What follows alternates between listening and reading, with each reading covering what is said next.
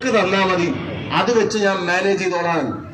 ഭരണപക്ഷത്തിരിക്കുന്ന ഒരു MLA പറയുകയാണ്, ഈ കേരളത്തിൽ ജീവിക്കാൻ എനിക്ക് ഒരു തോക്ക് തന്നാ മതി, പോലീസിന്റെ അധിക സുരക്ഷയിൽ എനിക്ക് വിശ്വാസമില്ല, ഒരു തോക്ക് തന്നാ മതി, അത് വെച്ച് ഞാൻ മാനേജ് ചെയ്തോളാന്ന്. അവിടെ വെക്കാൻ പറഞ്ഞ വാഴ എന്നോട് ക്ഷമിക്കണം, വാഴക്ക് വരെ നമ്മളോട് കലിപ്പ് തോന്നും. ഇതുപോലത്തെ ഒരു സ്ഥലത്താണോ എന്നെ കൊണ്ടുപോയി വെക്കാൻ പറയുന്നത് എന്നുള്ളത് ആ വാഴ പോലും ചോദിക്കും. ഇതുപോലെ തകർന്ന് തരിപ്പണമായ ഒരു ആഭ്യന്തര സംവിധാനം ഈ കേരളത്തിന്റെ ചരിത്രത്തിലുണ്ടോ? പരാജയ സങ്കല്പങ്ങളുടെ പൂർണ്ണതയിലാണ് കേരളത്തിന്റെ ആഭ്യന്തര വകുപ്പും ഈ ഭരണകൂടവും എന്നുള്ള കാര്യത്തിന് ഒരു സംശയവും ഈ നാട്ടിലില്ല. ബഹുമാനപ്പെട്ട നേതാക്കന്മാരുടെ എല്ലാ കാര്യങ്ങളും വിശദീകരിച്ചതുകൊണ്ട് ഞാൻ അതിലേക്കൊന്നും കടക്കുന്നില്ല. ഞാൻ തലശ്ശേരിയില് ശ്രീനാരായണ ഗുരുദേവന്റെ പ്രതിഷ്ഠയുള്ള ഒരു അമ്പലത്തിൽ പോയപ്പോ അവിടെ കൂടി നിന്ന സ്വാമിമാരും എല്ലാരും കൂടെ ചേർന്ന് ഒരു ദൈവദശകം ചൊല്ലി. ആ ദൈവദശകം ചൊല്ലിയപ്പോ ഞാൻ അതിന്റെ അടുത്ത് നിന്നു. പിന്നെ എന്റെ ഭാര്യ വീട്ടിലെ വാട്സപ്പ് ഗ്രൂപ്പിൽ ആരും അയച്ചു കൊടുത്തിരിക്കുകയാണ് അവർക്ക് ചില വീടുകളിലേക്ക് മാത്രമായിട്ട് CPM അയക്കുക. ഇവൻ ബിംബാരാധന നടത്തി, ഇവനെ എങ്ങനെ ഒരു മുസ്ലിമായി പരിഗണിക്കാൻ പറ്റും? അങ്ങനെന്തോ സാധനമാണ്, മുർത്തതാണ്, മുനാഫിക്കാണ് എന്ന കാഫിർ വരുന്നതിന് മുമ്പ് വേറെ വന്നിട്ടുണ്ട്.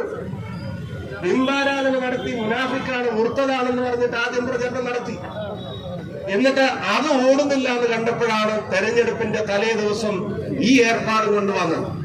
ഈ ചെറുപ്പക്കാരൻ പ്രിയപ്പെട്ട ശ്രീ പാറക്കൽ അബ്ദുൽ അദ്ദേഹം സൂചിപ്പിച്ചു, ഈ കേസിന്റെ മുഴുവൻ കാര്യങ്ങളിലും നേതൃത്വം നൽകുന്ന പ്രിയപ്പെട്ട പാറക്കൽ ഇവിടെ സൂചിപ്പിച്ചു, ഇവിടെ ഈ കാസിം ആ ഫോണും കൊണ്ട് നേരെ പോലീസ് സ്റ്റേഷനിലേക്ക് പോയത് കൊണ്ടാണ് തെരഞ്ഞെടുപ്പിന്റെ അന്നത്തെ ദിവസം ഇത് വല്ലാതെ സത്യമാണെന്ന് ആളുകൾ ധരിക്കാതെ പോയി. എനിക്ക് ഇതൊക്കെ പറയുന്നതിന് മുമ്പ് എനിക്ക് ആദ്യം നന്ദി പറയാനുള്ളത് വടകരയിലെ ജനങ്ങളോടാണ്.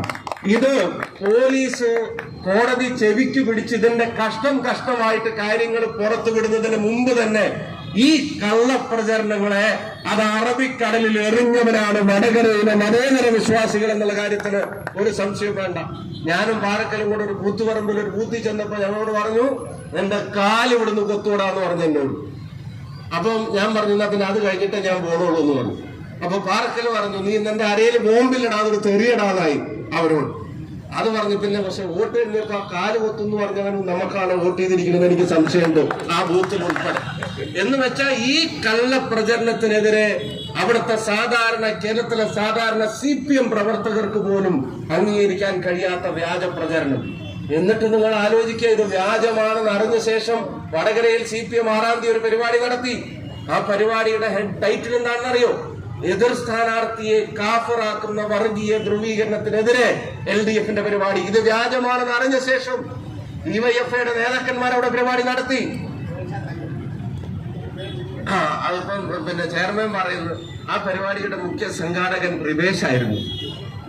ഈ വർഗീയ ധ്രുവീകരണത്തിനെതിരെ പരിപാടി നടത്തിയതിന്റെ മുഖ്യ സംഘാടകൻ ഇപ്പൊ പോലീസ് അന്വേഷണം എത്തി നിൽക്കുന്ന റിവേഷ് എന്ന് പറയുന്നവനായിരുന്നു DYFIയുടെ അവിടുത്തെ നേതാവ്.